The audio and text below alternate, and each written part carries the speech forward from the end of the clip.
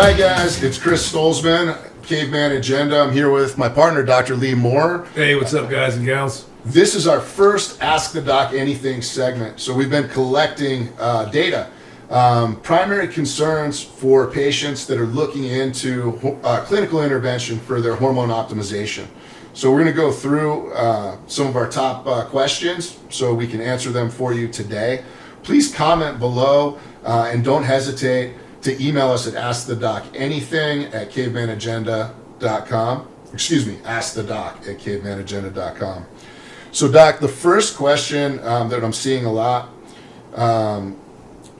is, will this increase my risk of heart attack? Wow, that's a big one to chew on. First of all, guys, thanks a bunch for asking the questions. You guys are generating the content that you want, and I'm ready to talk in to really anything. So that's a really big deal.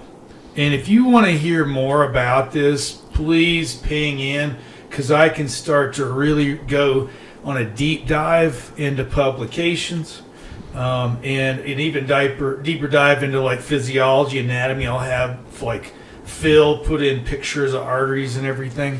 Producer Phil. Yeah, producer Phil, props. So here's the deal, guys. It all starts out back in 2001. And what ends up happening is the FDA sees that there's a tenfold increase in testosterone prescriptions. They went from a few hundred to over 1 million. And what do? They freak out. Now, this is probably a whole nother show on why they freaked out, because who funds the FDA, Chris? Big Pharma. Big Pharma. Our friends at Pfizer. So the problem with testosterone is a generic molecule. They're not making any money by this millionfold increase in testosterone prescriptions. And I can't confirm or deny that this happens. I'm just 52 years old, and I know how not the your world first works. rodeo. It's not my first rodeo. So, bottom line, FDA puts a black box warning on testosterone that says this may increase your risk of heart attack. Very vague, very non-specific. And it was based off of 2 absolutely terrible papers that dozens of medical institutions have requested this publication get ripped out of the journal. What year was that publication? I'm not certain. I think the publication was roughly 05, 06. So it doesn't totally line up with the 2001, 2002 black box. Right. But long and short of that is that we do have this black box warning. But here's the deal, Chris. What are the risk factors that cause a heart attack? Because that's what... Heart attacks don't happen overnight unless you're doing coke or methamphetamine. Truth. Chris can tell you all about those substances if you'd like to know. But if you're not doing drugs, Bad for you. What causes heart attacks? Just take some guesses for me. High cholesterol. Okay, cholesterol. Lack of physical activity. Oh yeah, the major ones: being a man. Right. We all Stress. Being a man, smoking, family history. Okay, we can't do anything about family history. We can't do anything about being a man. Right. Do you know of any of our guys out of our thousands of patients? You know any of them smoking? Not that I'm aware of. Maybe a handful. We've got to concede that. They're hiding it. And then you're, like you said, hypertension, but poorly controlled. Right. We don't have any guys like that. Poorly controlled or out of control, high cholesterol, obesity. Right. All right, what does testosterone do, aside from the things we can't control? Well, one of the things that I've seen anecdotally, because I'm not a doctor, is typically in the first 7 weeks. Because what we do when we bring in a new patient, we do a full body scan on them their first visit. And then once they get started, on average, 7 weeks later, we bring them back in for another full body scan after they've begun therapy. What we typically see is a reduction in body fat by about 3 to 4%, and we see an increase in lean muscle mass of about 5 to 6 pounds. And that's, there's outliers in there. That's the average. And many of those guys hitting those numbers are pretty inactive. They're not getting after it in the gym. Yeah. They're not hitting 5 workouts a week. They're not eating right. They don't discontinue alcohol consumption. So Chris is hitting it. And so what we see in the data, he's told you what we see anecdotally, which, by the way, he's minimizing it. We see nothing less than fucking superheroes coming back in the door that I can't even recognize. Truth. Guys that lose 30, 40, 60 pounds over 6 to 12 months. Absolutely. Because they totally changed their life around. But what the data would suggest is that men with low testosterone have a high risk for obesity, high cholesterol, hypertension, metabolic syndrome, diabetes, all the things that cause heart attacks. Right. And the same data suggests men that are naturally high in testosterone have low propensity or risk for all those. So what we don't know, because it's never been studied, because Chris, who pays for medical studies in medicine? Big Pharma. Big Pharma. It's because it's never been studied, because nobody can make money off of the study. What we see anecdotally is that if I take you from here to here, that inverse risk thing happens. We have cured diabetes. The guy in Florida, right? Several. We have cured diabetes. We are reversing hypertension. We're reversing obesity. Guys that do this want to work out 5 days a week and eat right. Yeah, we've seen numerous people come off cholesterol meds. Their cholesterol's normalized. So guys, believe it or not, that's the shallow dive. The shallow dive is, I believe that you are at no increased risk for a heart attack. I believe that the data would suggest you reduce that risk. We have thousands of patients that reduce that risk, and that's the shallow dive. Say, hey, no, don't worry about heart attacks, bro. Agreed. Also anecdotally, since being optimized and consistent, my resting heart rate when I'm sleeping has come down 15 beats per minute. Yeah. Right? Body fat's come down from 16% to 10%. Yeah. So it would stand to reason that I'm at a dramatically reduced risk of heart disease. Right? Agree. All right. So, guys, the next question that we're seeing quite a bit, and I'm sure this has a lot to do with the increase in random blood clots over the past 2 years or so, is will testosterone therapy increase my risk of blood clots? Yeah. So once again, we've got, I would say, ancient, possibly terrible science that may lead to a suggestion that testosterone increases blood clots. I've actually seen a few guys like me, hormone optimization guys, just come out right and be like, this is bullshit science, I don't buy into it. But here's what I'm going to do. I'm going to play conservative on this question, and what I'm going to say is that there is some data out there that might suggest an increased risk of blood clot. But let's talk about blood clot form. So it's out there.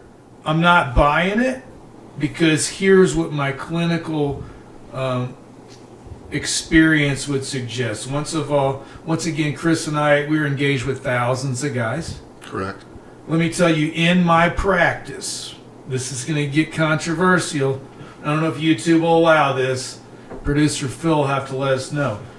4 guys have had a blood clot. 2 of them had COVID in the ICU. They had been on testosterone for years and never had a blood clot, and now they're in the ICU with COVID, and guess what? They caught one.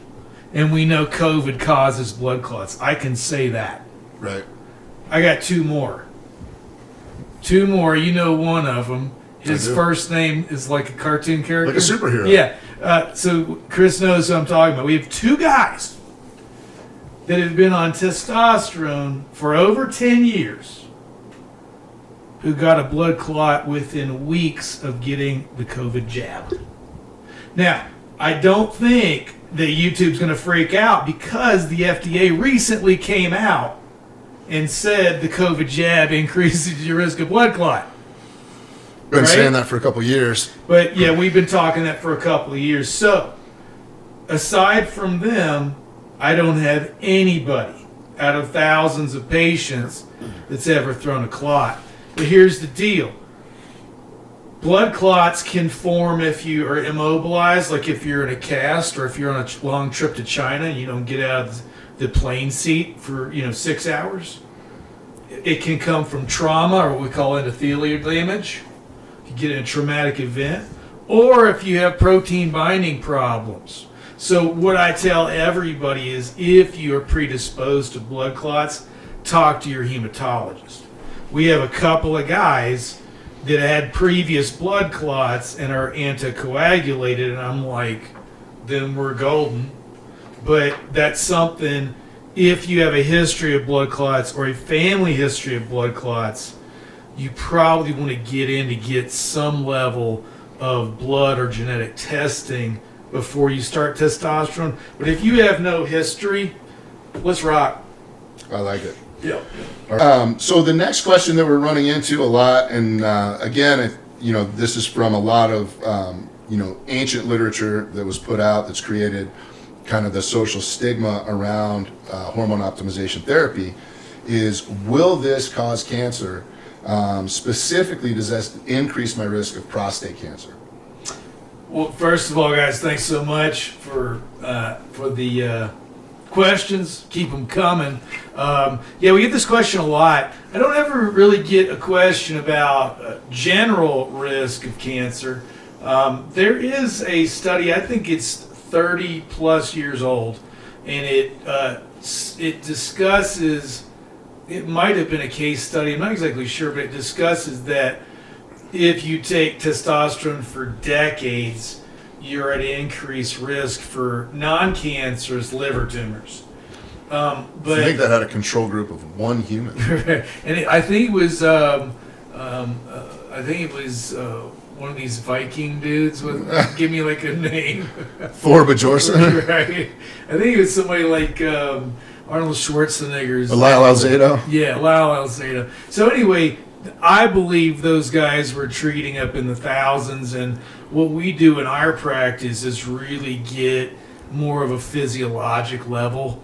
I mean, I think our highest guys are at 1,200, 1,300, but our average guys at 800 or 900, and the upper limit of normal for total is 927. Right. So it's kind of an apples-orange comparison, but the real question is prostate cancer, and this has been, I don't know where this came from, but I do know that the urologists, specifically the American College of Urology, and I believe the American College of Endocrinology also chimed in on this, but they've essentially said, leave us alone.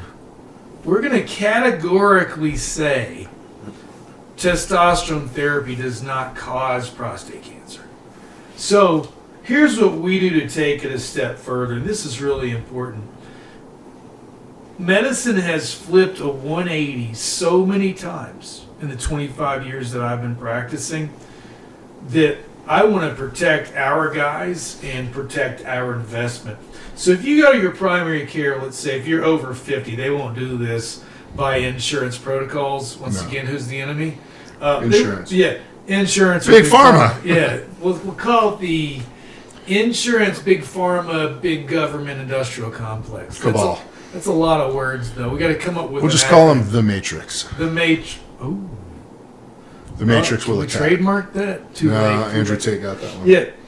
So, if you're over 50, your doc might get a PSA, which is a prostate-specific antigen. That's what we use to track for cancer. They may do that once every 1 to 3 years. We do that every 2 to 3 months. So while you're on therapy, we have a database of normalcy. Right. So the long and short of that question is no, there's no evidence that it causes cancer. But if you have an underlying cancer that you don't know about, we're tracking for it. So if we put you on testosterone and that PSA goes up, we immediately stop, get you a urologist, get it all figured out. And Doc, this is one of the reasons, this is one of the big holes in the medicine being practiced by a lot of hormone optimization clinics that I noticed, right, is they're doing the bare minimum amount of testing. And they're not really explaining what's coming up in the testing to the patients. And one of the cool things that you do that makes certainly made me feel more comfortable, makes a lot of patients feel more comfortable, is more frequent, more robust testing. So guys, if you are looking into hormone optimization or you are on hormone optimization and you're not getting any diagnostics and you don't understand the numbers, look a little further or ask because you should have a really clear understanding of what's going on with your labs. You should have someone clearly explaining them to you, and that should make you feel a lot better. Knowledge is power, babe. Yep. I love it. All right. Next question, guys. And this comes up quite a bit. Is this going to make me angry, aggressive, or moody? Pardon that. Great. Thanks so much for that question. Decent question. The main thing, we were just talking about the need for frequent lab evaluations. So the first thing that I'll say is if you end up being on therapy and you feel angry, aggressive, or moody, we need to repeat labs to see what's going on.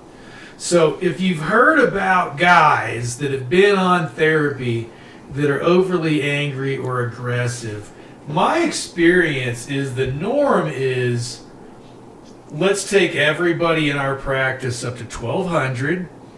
That way everyone will be therapeutic and no one will complain, and it's really easy medicine. Right. Just put everybody on 200 milligrams a week and walk away.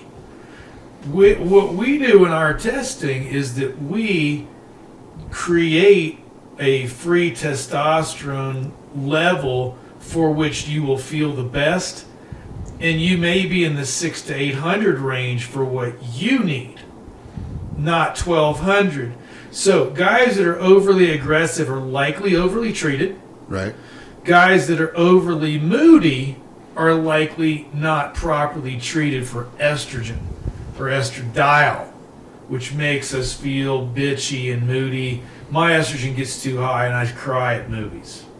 I'm like, I better go get tested. I just saw a cute commercial and I started bawling. Right. So that's what I would say. Now, I got to tell you something that struck me as super interesting. I had 3 patients.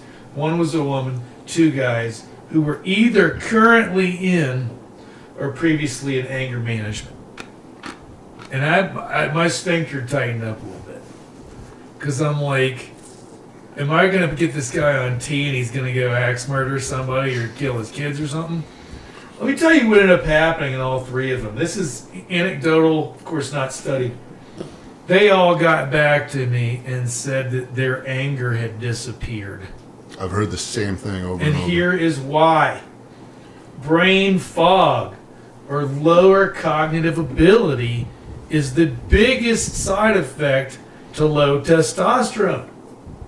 When these guys and one gal got their brains back, they were less frustrated with the world. Right. So when you're low energy and you've got brain fog, and then you have, say, 2 little kids running around the house and your wife asking you to do a ton of stuff, are you pretty likely to maybe lose your temper, right? And that's been the same experience that I've had in speaking with a lot of our patients.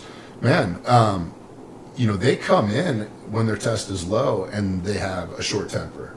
They're grumpy, right? They can barely stand just their day-to-day existence. And talk about, improvements in mood, improvements in happiness, improvements in relationships. And you guys will see that with a lot of the guests that we bring on. It's like night and day. So Yeah, it's the runaway estrogen definitely can be an issue. Guys will get a little emotional, a little grumpy, but I've heard a lot more people with anger issues on the front end of therapy versus once they're optimized. Yep. All right, guys. One of the other questions that comes up very frequently, and this tends to come from a lot of patients that have sought care through their primary care physicians. We've got a lot of veterans specifically that go to the VA, and they're told they're not going to be treated because they're in a normal range, right? So the normal range for, depending on which lab you're drawing from, ranges from about 281 up to about 916. 249 and 927. Yeah. Exactly. Yeah. And this is, the big question is, what are those ranges based on, doctor? Let's talk about the Matrix a little bit more. So my understanding, as it was explained, is those ranges, first of all, are across all human male adult test subjects, right? Whether they're 18 or 80 something. Yes. Right? So additionally, it's based on those individuals that are tested for testosterone, right? Those norms are drawn from the testing pool. Yes. Correct? Okay. Yeah, so the way I play it out, maybe producer Phil can throw in some beautiful graphics for us. So it's a great question because, so number one, if you're low, but you're what's called diseased. And so guess what? Big Matrix will pay for your testosterone therapy through the VA, through your primary care when you have 2 samples showing that you're diseased, so sub 249. But we can speak into what those hundreds of guys look like. They're obese, they're diabetic, they're hypercholesterolemic, hypertensive. It's like almost too late. It's not too late, but it's like almost. Because you've diseased. Like if you look at just diabetes, for example, if you can catch someone when they're pre-diabetic, the cost for that person's health care over a lifetime is 1/7 of what it is once they're diabetic. Okay? Crazy. So what Big Matrix won't do, big insurance, this is a truth. I hate to say it. If they have somebody that's pre-diabetic, they would rather not treat that person to keep them from being diabetic. And it sounds like it doesn't play into their interest. But here's what they have figured out. The average American switches jobs, how often do you think? Every 3 years? Every 2.5 years. So they're banking on kicking the can down the street and that you'll switch over from Blue Cross to Aetna or Cigna to United or however it's going to be. It's just not their problem. So we've talked about guys that are diseased, sub 249, right? Right. So then the world that we operate in is we're cash guys. We don't have to play by their rules. And so we want to catch guys, what if they're 400, 350, 300? We can catch those guys, get them treating, and have them never flip over. Never become diabetic. To never become all these, which are morbidly obese. Or any of these health risks for heart attacks and strokes and blood clots, which we've already talked about. Because we're actually trying to take care of them versus put it on to future insurance company C. And then finally, and what producer Phil can help us out with, is we have graphs that show hundreds of thousands of data points of guys who are normal with their testosterone, although they're coming down over time, but they have massive increases in the proteins that bind to that make it inactive. So when something like that happens, even though they have what's considered a normal or healthy level of testosterone, the testosterone's bound up in their bloodstream by these binding proteins that doesn't allow them to have their testosterone help them stay lean, help their brain function properly, help them continue to build muscle, which is why men waste away at about 10% lean muscle mass per decade. This is the stuff. And so the way I explain it to our patients and the way that you guys need to think about it is I use an analogy. If you breathe in oxygen into your lungs, if it stays here, you die. So we have a transit system called the blood that moves stuff around. So hemoglobin molecule, it's a big protein, grabs the oxygen. Now, it doesn't do anything when it's bound to hemoglobin, but it takes it to your brain and your tissues. We have two proteins, albumin and sex hormone binding globulin, that grab and move. But when it's grabbed, it's inert. And if you have a ton of this protein, then it grabs everything, and there's so little left to get into your cells to do work. That's why we're seeing guys, I swear guys, we see guys that are in the 700-800s on their testosterone, and their free testosterone, or that which is bioavailable, is tanked. Yeah. And that's probably another conversation that nobody's asked about. Right. So what's making these proteins go crazy? Yeah. I've got some theories. It'd be nothing but a theory-based conversation after a lot of these. All right. So, guys, next question. Whoa. So, another really big concern when people come in is they're concerned about a lifelong commitment to, if I get started on testosterone, do I have to stay on it forever? So one of the things, and this was always, something as, being a young athlete, right? Everybody was always, grew up in the 90s, grew up in the 70s and 80s. No, it's true. But, with it. We were always, trying to take things that would optimize our testosterone. So the conventional wisdom is anyone that's young, you're going to shut down whatever natural production you have. For those of us that are, north of 35, 45, that train's already left the station, right? So it becomes more about, since your natural production's already certainly suboptimal, maybe not diseased level, right? But it's never coming back. It's never going to just boost up. So I kind of look at it like, if I have a vitamin D deficiency and I want to get vitamin D optimized so my immune system works really well, my brain works really well, I need to take vitamin D, right? So if I go off the vitamin D, it's not going to stay elevated. It's just going to go back down. Well, I like that. I mean, we play around. We play reindeer games in our practice every day.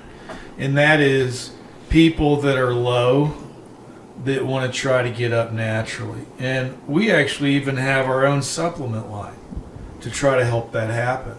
And I think we can get guys to have 100, 200 point movements in their testosterone. We can work on this protein binding thing.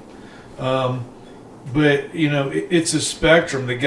So the way I answer this question is stay on as long as you want to feel good. Right. And once these guys get on and they feel amazing, listen, I had to come off twice to learn this because even though I'm a doctor, I absolutely despise medicine. You know my feelings about big pharma. And so I tried coming off twice, got fat, sat around, brain didn't work, got soft, all the stuff. Loss of motivation. Yeah. So I'm never coming off. Yeah. I'd rather die. Same. That being said, we can play reindeer games with people to see if we can make some movement, make some headway. I think once you get to the realm of the diseased, like I am, it's too late. Right. You're hooked on this stuff. Yeah, even if you go from 240 to 440, you still are suboptimal. Yeah. So you're back into the normal range. Yeah, but your free is still low. So I don't really get too complicated on this question. I just say, hey, as long as you want to feel good. Yeah. I look at it just like taking vitamins. Like if I want to have my nutrition optimized, I need to continue to eat right and supplement. I don't have to do it forever, but if I want to feel the benefit of low body fat, high energy, I need to continue supplementing and eating right. So. And by the way, I really like your vitamin D analogy because we need to talk about that for a minute. So his vitamin D is low. It's because he's an Anglo-American, let's call it a white person. Can we do that? He's a white person living in North America. And so he could fix that if he, at the risk of skin cancer, I'd say, if he was out in the sun 12 hours a day and maybe moved to the southern hemisphere. Just when I retire. Right. So, like, the point of it is, if you wanted to get your testosterone up to the right level, okay, stop working. Sleep all the Work time. out 4 hours a day. Sleep 10 to 12 hours a day. Meditate 3 hours a day to fix your adrenal complex. With infrared light on your balls. Infrared light on your balls. Eating nothing but raw eggs and meat entrails. Liver. Lots of Liver King stuff. Do all of that. And then, yeah, you don't have to come on testosterone. You have a family. You have kids. You have a job. You... Stress. Good luck. Yeah. I mean, these guys are like, okay, maybe I can do it naturally. And I'm like, you're saving a couple of $100 and you're going to completely wreck your life. So maybe it'll come up 200 points. But it's not going to stay up 200 points unless they keep supplementing. It's a fact of life that as you get older, it's going to keep on dropping. That train left the station at 18, man. Gone. It starts dropping, and unfortunately what we're seeing is it's dropping very aggressively, a lot more young quickly. Kids. Yeah. It's crazy. Another topic, another day. Yeah. All right, guys. The next question that we have, how much should TRT therapy cost? Right? We get this from, a number of different, places, whether it's, questions on the phone, questions online. So, Doc, what are your thoughts on that? Wow, man. So you're the expert on money. You've seen a lot more of this than me. What I can tell you with my experience, not only with what we do, but other companies that I worked with, Sure. because I clearly can't self-prescribe. If you want really expert medical management plus all your medications included, plus labs included, you're landing somewhere in the 200s. Yeah. Yeah. Yeah, absolutely. So what I've seen, over the past couple years as TRT's become a lot more mainstream and the social stigma's gone away and a lot of people understand that at a certain age, if you want to feel, yourself again, you're going to want to get on it.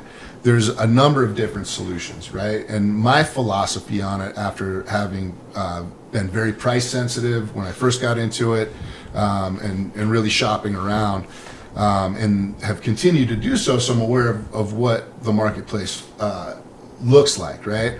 There's a number of different telemedicine operations that are operating at somewhat of a wholesale cost, as little as $99 a month, right? Their protocols typically are going to be a one-size-fits-all, right? Yeah. Regardless of what your labs look like, they're going to send you typically in the range of 200 milligrams a week. They're going to do some level of estrogen management, but they're not going to monitor your labs over the course of the year. You're never going to speak to a doctor. So you're not going to have that expert medical oversight. We've come into contact with a lot of guys that have gotten started on a program like that, and they've seen it, again, kind of like martial arts, anything's better than nothing. So if you're down in the 200 to 300s, you feel like shit, and then you get started, even if you get over-treated on your testosterone, under-treated on your estrogen management, you're still going to feel better than you did before. However, especially if you're a patient living at high altitude, your hemoglobin and hematocrit is going to become dramatically elevated. We've seen that a number of times with the guys that have gone with the wholesale places and only gotten labs done once a year. Yeah. If price is a really big issue, you definitely, if you go that route, definitely press them or seek, whether it's primary care or someone else, to get a look at your labs multiple times a year, because you really need to. Primary care won't do it. If they're not prescribing, they're not going to manage. Right. I'm the same way. Yeah. So I'm not going to take on the risk. Like here's a great example. You go to one of these places that's cheap, and you get a lab at 12 months, and let's say we talked previously about PSAs and prostate cancer. So let's say that you started and your PSA is 0.5, and a year later it's 9.5, and the normal level is 4, and you've been cooking on something for 12 months. And that assumes I don't want to touch that. Yeah. Well, and that's assuming that the discount place is even going to do a PSA on the second set of labs. That or you get your labs in 12 months and your hemoglobin hematocrit is so high 60. that now you're like at the risk for kidney failure, blood clots, hypertension, stroke. I don't want to touch that. Yeah. So you're doing this at your own risk when you do these. Hey, special for you this week, $99 for testosterone, no lab. Definitely. So it's been my experience. You get what you pay for, right? I definitely. I don't want to be overtreated. I want to be optimized. And then finally, there's the guys that are like north of $500 a month, and they're like dealing with all the other strains of testosterone that's not necessarily legal or ethical to use. Right. Those are available as well. Right. Absolutely. Yeah. Yeah. I mean, I would say pretty much across the entire marketplace, if you're going to have some level of expert care and you're going to have regular lab testing, you're looking somewhere between, $199 and $299 a month. Yeah. My personal feelings after having been treated by probably 7 different clinics over 15, 18 years, I would rather have the option to go in and get more frequent testing and make sure that I'm in the pocket of my target, total testosterone, free testosterone, and have access to an expert medical provider that understands how all of this stuff works together. That's kind of where I would go with it. Yep. All right. Cost. All right. So the next one, and it kind of ties into cost, but how can I get my insurance to pay for this is what we see a lot. Yeah. Thanks for that question. We've kind of talked into it in other segments, but let's hit it again. Primary care will do this. Once again, if the matrix, a big insurance, deems that you're diseased by getting 2 tests that are below, let's say 250, it's 249, but 250. And the shortfalls, so that's what you can get this done through big insurance. The issue is that primary care does the following. They do ADHD, depression, hypertension, diabetes. That's over 90% of their practice. They aren't set up to do the kind of management that hormone optimization clinics are, and we get referrals from these guys on the daily. But here's what go ahead. How many minutes, having been in urgent care and having a lot of experience with primary care guys, all of that stuff's built on insurance models, right? How many minutes are budgeted for those primary care providers to spend with a patient and on their lab review? 6 minutes. It's a 6-minute encounter, and then I've done this forever. I ain't playing. I know this stuff. If you're shooting for an initial 99203 visit or a follow-up 99213 or 14, you've got a 12-minute allocation of time. You got 6 minutes with the patient. You got roughly another 6 minutes to document, shoot off prescriptions, etc. That's just what you get. And so if you take, for example, our intake, it's a 45-minute. Right. If you take follow-ups, they're booked for anywhere from 20 to 40 minutes, but there's no co-insurance, co-pay, etc. I'm calling guys all the time, emailing them, texting them. I'm not worried about trading time for money. But here's the back to primary care management. The big deal is labs only every 6 to 12 months. I don't know if that's laziness or insurance protocol. And the other issue, and producer Phil's going to have to produce a beautiful graph for you, is that we microdose. Watch Joe Rogan's podcast. He talks about this all the time. Not that he's an expert on human physiology, but he gets that guy, Hubert or something like that? Yeah, Andrew Huberman. Yeah, and that guy is an expert, and he talks about all the variations diurnally and weekly in testosterone, and if you dose every 3 days, you're golden. We shoot for that. Primary care will either give you a shot a month or a shot every 2 weeks, which is what I call just a roller coaster disaster. Yeah, and I've actually seen these graphs. So typically testosterone cypionate is going to be in your body for a total of 14 days, right? So you're going to peak in about 2 to 3 days, and then you're going to be a gradual decline for the balance of those 9 to 11 days. Testosterone anthenate, which is another commonly prescribed one, is a 9.5 day lifespan, so 4.25 days half-life. So you're going to be therapeutic on one injection for about 4 or 5 days, and then rapidly fall off after that. So if you get that first dose and then you dose a half a dose every 3 days, you're staying in that like therapeutic optimized zone pretty much every day of the month, right? If you're going to your primary care guy and you're getting a big dose, and what we've seen is a very big dose from these guys either once a month, and no matter how big a dose they give you, it's gone in 14 days. Gone. Right? So they give you this huge dose and they take you up to like 2,000.